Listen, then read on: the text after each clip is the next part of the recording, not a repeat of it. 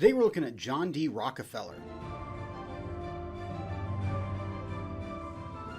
Hello, welcome to the Daily Bellringer. Please don't forget to subscribe and take a look at the questions down in the description. Also, don't forget to check out dailybellringer.com for resources that go with many of the Bellringer videos. John D. Rockefeller was a businessman, tycoon, and philanthropist of the Gilded Age. Considered to be America's first billionaire, and still to this day when you adjust for inflation, Rockefeller is considered to be, by many, the richest man in American history.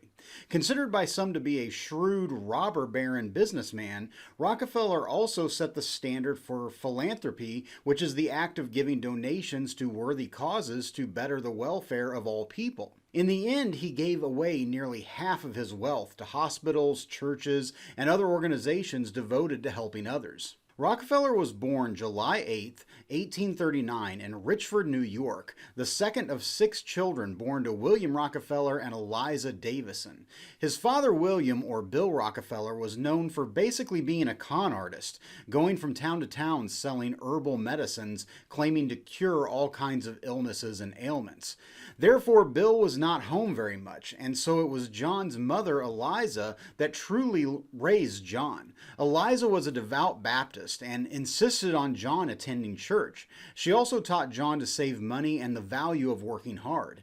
John attended various schools as a child, and in 1853 his family moved to Ohio, where he completed high school and then took a short business course to learn bookkeeping.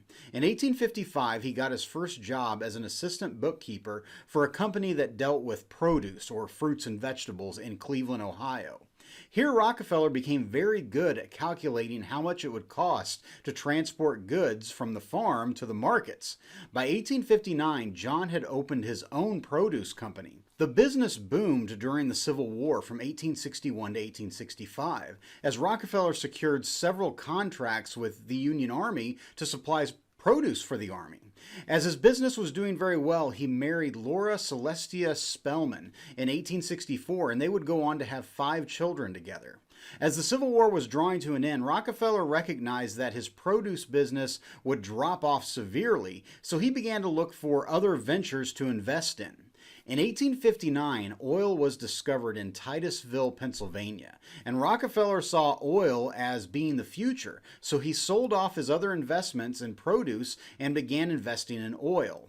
Crude oil from the ground, though, had to be refined or processed in order to turn it into something that could be used. So in 1866, John entered into a partnership with Samuel Andrews and Henry Flagler and established their own oil or petroleum refining company. The main use of oil in the 1800s was kerosene for lamps, but in the refining process there were several other byproducts that were simply considered to be waste. But Rockefeller found a way to sell the waste to be used in all kinds of products, from paving roads to making candles.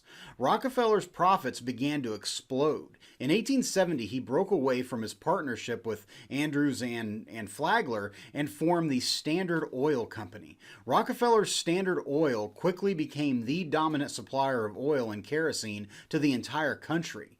Growing railroad companies during the Gilded Age competed for contracts to transport Standard Oil products to the market, and Rockefeller negotiated low prices by demanding discounts from the railroad.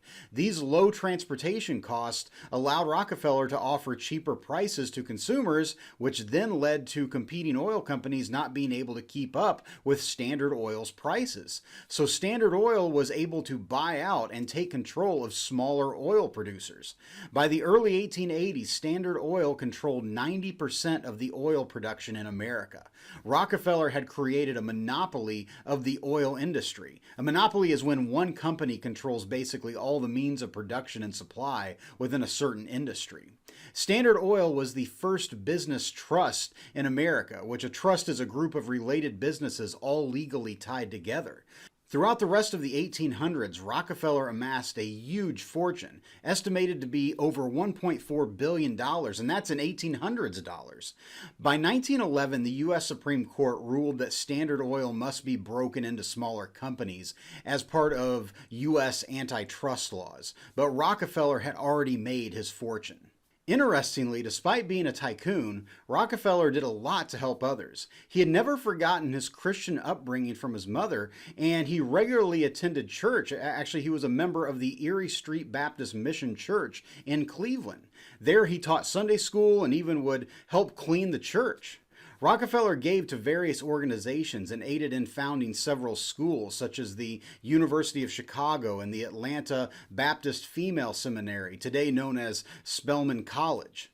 Rockefeller poured money into medical research and sanitation efforts. In all, it's estimated that he gave away over $540 million in his lifetime. John D. Rockefeller died on May 23, 1937, at his home in Ormond Beach, Florida. He was 97 years old. So with that, hopefully you learned something, and thanks for watching.